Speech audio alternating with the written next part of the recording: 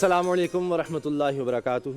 جس طرح بریک سے پہلے ہم نے عرض کیا تھا کہ آج ایک ایسی شخصیت ہمارے ساتھ ہیں جن کے والد بہت بڑے آدمی تھے اور انہوں نے پاکستان کا نام پوری دنیا میں روشن کیا۔ نہ صرف انہوں نے اپنے والد کی جو وراثت تھی اس کو آگے بڑھایا اور پاکستان میں فن قوالی کو ایک جلا بخشی۔ تو جناب ان کے حوالے سے چند چیزیں میں عرض کر دیتا ہوں اور پھر اس شخصیت کا تعارف کرواؤں گا جس کے بارے میں نے کہا تھا کہ آج ہمارے ساتھ ہیں۔ لاکھوں دلوں پر راج کیا اور معروف قوال امجد صابری کو ہم سے بچھڑے اب 5 سال بیت گئے ہیں، اور قوالی کے شعبے میں عالمی شہرت پانے والے امجد صابری کی آج 5ویں برسی منائی جا رہی ہے، جنہیں دہشت گردوں نے فائرنگ کر کے شہید کیا تھا۔ سن 1976 کو کراچی کے معروف قوال گھرانے میں آنکھ کھولنے والے امجد صابری کو قوالی کا ذوق و شوق ورثے میں ملا۔ قوالی کی ابتدائی تربیت والد غلام فرید صابری اور بڑے بھائی عظمت صابری عرف اجو بھائی سے حاصل کی۔ امجد صابری نے فنی تعلیم و تربیت کی تکمیل کے بعد قوالی کے شعبے میں اس انداز سے اپنی صلاحیتوں کو منوایا کہ جس کی مثال کم ہی ملتی ہے۔ امجد صابری نے بھارت، نیپال، امریکہ، لندن سمیت 17 سے زائد ممالک میں پرفارمنس دی۔ اپنے والد غلام فرید صابری کے انتقال کے بعد امجد صابری ایک نئے روپ میں ابھر کر سامنے آئے اور انہوں نے باقاعدہ قوالی کا آغاز اسی کلام سے کیا جو کلام ماضی میں ان کے والد اور چچا کو بام عروج پر پہنچا چکے تھے، اور آنے والے وقتوں میں امجد صابری نے شعبہ قوالی میں بے پناہ شہرت حاصل کی۔ ان کا شمار ملک کے بڑے قوالوں میں ہوتا تھا۔ 22 جون سن 2016 اور 16 رمضان مبارک تھی۔ لیاقت آباد میں گھر سے کچھ فاصلے پر انہیں دہشت گردوں نے فائرنگ کا نشانہ بنایا، جس کے نتیجے میں امجد صابری شدید زخمی ہوئے اور زخموں کی تاب نہ لا کر جاں بحق ہو گئے تھے۔ فن قوالی کی تاریخ امجد صابری کے ذکر کے بغیر ادھوری رہے گی، اور امجد صابری صاحب کو میرے والد صاحب بھی بڑا پسند کرتے تھے، اور یہ بڑا مشکل کام ہوتا ہے کہ والد کا اتنا بڑا نام ہو جائے۔ غلام فرید صابری صاحب اتنا بڑا نام، قوالی کا سب سے مطلب شہنشاہ قوالی، ان کو کنگ آف قوالی دنیا میں مانا جاتا ہے، اور اس نام کو سنبھال کے پھر آگے لے کر چلنا بیٹے کے اوپر بڑی ذمہ داری آ جاتی ہے، اگر میں کہوں تو غلط نہیں ہوگا۔ اب جیسے امجد صابری صاحب کے بیٹے ہمارے ساتھ جو موجود ہیں ان پر کتنی بڑی ذمہ داری ہوگی۔ مجدد صابری اور بالکل ابھی نوجوان ہیں، اور یہی بات ڈاکٹر فضا بھی کہہ رہی تھی کہ جب ہم نے اس حادثے کے بعد اس وقت ظاہر ہے پھر توجہ اس پر آ گئی، اس بچے پر، تو ہم نے دیکھا تو ہمیں وہی یاد آ رہا تھا کہ تو چھوٹا سا بچہ تھا، ماشاءاللہ جوان ہو گیا۔ مجدد بہت شکریہ، آپ تشریف لائے ہیں اور ہم آپ کے شکر گزار ہیں۔ تو والد صاحب کے حوالے سے مجھے بلایا اپنے شو پر، پہلے والد صاحب کے حوالے سے وعلیکم السلام۔